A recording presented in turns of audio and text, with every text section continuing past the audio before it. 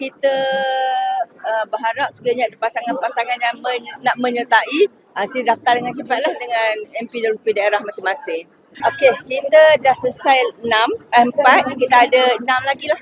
Dan insyaAllah kita akan cuba habiskan dalam tahun ini dan kita berharap akan selesai sebelum monsun timur laut lah. Walaupun monsun dah sampai masa dia, tapi kita doalah supaya kita dapat menyelesaikan program ni. Kita insyaAllah kita akan cuba habiskan sebelum habis tahun 2025 lah.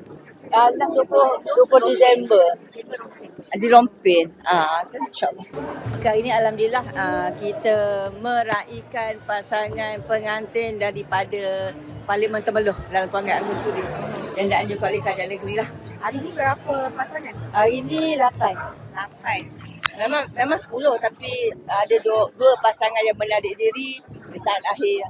Sama je sebenarnya. Yang penting dengan kehadiran keluarga, kehadiran pemimpin setempat, itu lebih memeriahkan suasana.